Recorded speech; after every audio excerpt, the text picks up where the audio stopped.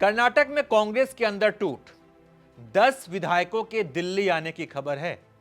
ये लोग मुख्यमंत्री बदलने की डिमांड कर रहे हैं, ऐसी सूचना मिल रही है। भाई साहब, ये तो होना ही था। दरअसल बिहार में कांग्रेस की बुरी हार के बाद दूसरे राज्यों में भी कांग्रेस को लेकर उनके कार्यकर्ताओं में असंतोष नजर आ रहा है। कार्यकर्ताओं और नेताओं में, क्योंकि बिहार की हार बहुत बुरी हार है। राहुल गांधी का लगातार दौरा, वोट अधिकार यात्रा, एसआईआर जैसे तमाम बड़े मुद्दे कांग्रेस ने उठाए, लेकिन कांग्रेस को क्या हासिल हुआ? मात्र 6 सीट और बड़ी फजीहत। और क्या मिला? खैर, खबर पर आते हैं। खबर मिल रही है कि कांग्रेस के नेता डीके शिवकुमार के करीबी 10 विधायक दिल्ली पहुंचे हैं और उन्होंने कांग्रेस के चीफ मल्लिकार्जुन खड़गे से मुलाकात की। अब 10 विधायकों का दिल्ली पहुंचना, ये सिर्फ और सिर्फ मुलाकात नहीं लग रही है, इसे परेड कहते हैं, इसे शक्ति प्रदर्शन कहते हैं। और इसकी जो टाइमिंग है वो भी बड़ा अद्भुत है। कर्नाटक के मुख्यमंत्री सिद्धारमैया के सीएम बने 2.5 साल हो चुके हैं।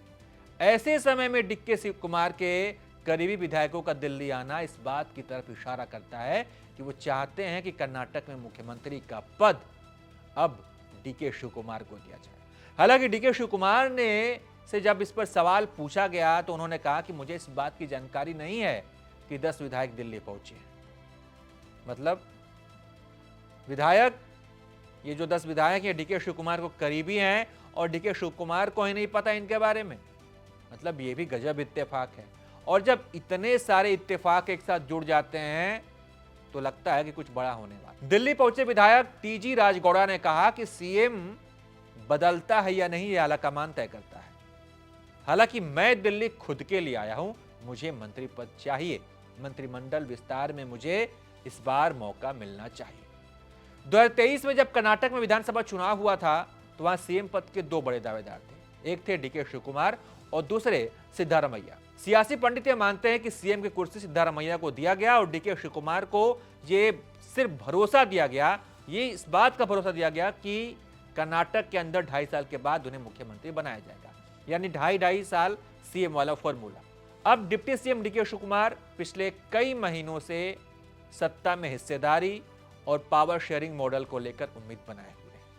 2023 में सरकार बनने के बाद यह तय माना जा रहा था कि 2.5 साल बाद नेतृत्व परिवर्तन हो सकता है।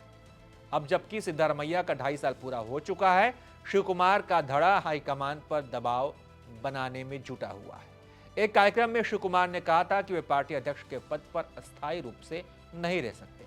उनका यह बयान भी साफ संकेत देता है कि वे अवसर का इंतजार कर रहे हैं, लेकिन संघर्ष छेड़ने के मूड में नहीं।